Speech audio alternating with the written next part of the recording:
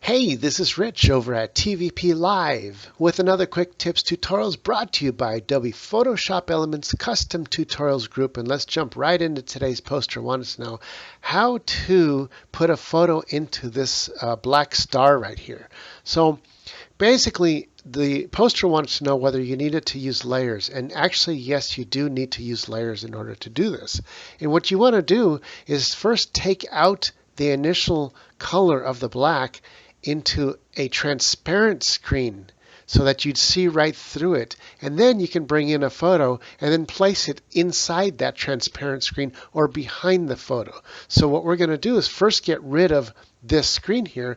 If we come up here and you go to the eraser, so now I have a big round, you can see it's a 150 point brush. So if I try to erase something, you see it didn't erase it. It gave us a big white blob. Why is that? It's because the picture is locked up here. There's a little lock up here. So I'm going to Control Z to undo that. I'm going to unlock the picture by clicking right here. Now, if we try that same eraser, you can see the transparency screen behind it. That's what you want to be able to put a photo behind it. So if you forget to unlock the photo, that's what's going to happen. Let me go ahead and undo that.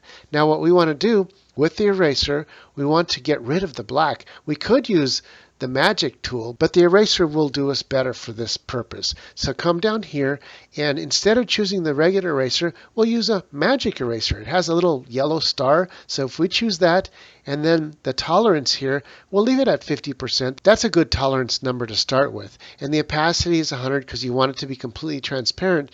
And you bring your cursor up here and just left click once, and boom, there it is. Your whole star has been taken out, and your photo is ready to have something inserted into it. So now what we want to do is choose a photo to put in there. Let's go ahead and try a different project, which is going to be a photo of our little pig here. That's what we're going to put inside there.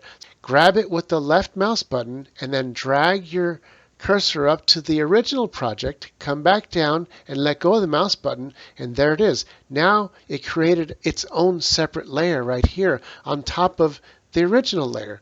But guess what? It's on the wrong side. We want this behind the dog. So you take the top layer and drag it down with the left mouse button behind or underneath the dog. As soon as I let go of the mouse button, it puts it to the back. And look at this. Now it's behind, but it's too big. That's okay because we can grab any one of these corners here and make it smaller. So I'm going to make it a little bit smaller and then drag it. Now sometimes if I were to by mistake grab something beyond that, it's going to grab the wrong layer. Let me go ahead and undo that and lock the top layer. That's the dog layer. I'm going to lock it with this lock right here, and that way I can't grab it no matter how much I try, but I can grab the pig layer.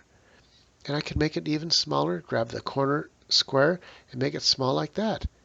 Let's say we wanted to change the color from the pig layer here to something that's contrasty, maybe green or something. I can temporarily turn off the dog layer. So now we go back to our original pig layer. I'll go ahead and grab the color palette over here, and let's grab a fun color, maybe something like bright green like that. I'll hit OK. I'm going to grab the paint bucket and then just click right here into the white, and boom, it made everything around the pig white. So when we turn the dog back on, now we got the pig with a green background, and I can resize it and make it really small like this. And then I'm going to grab this little circle here, click it once, and then turn it so I can turn the pig sideways a little bit. And that's all there is to it. Don't forget to like and subscribe. This is Rich calling it quits, saying over and out.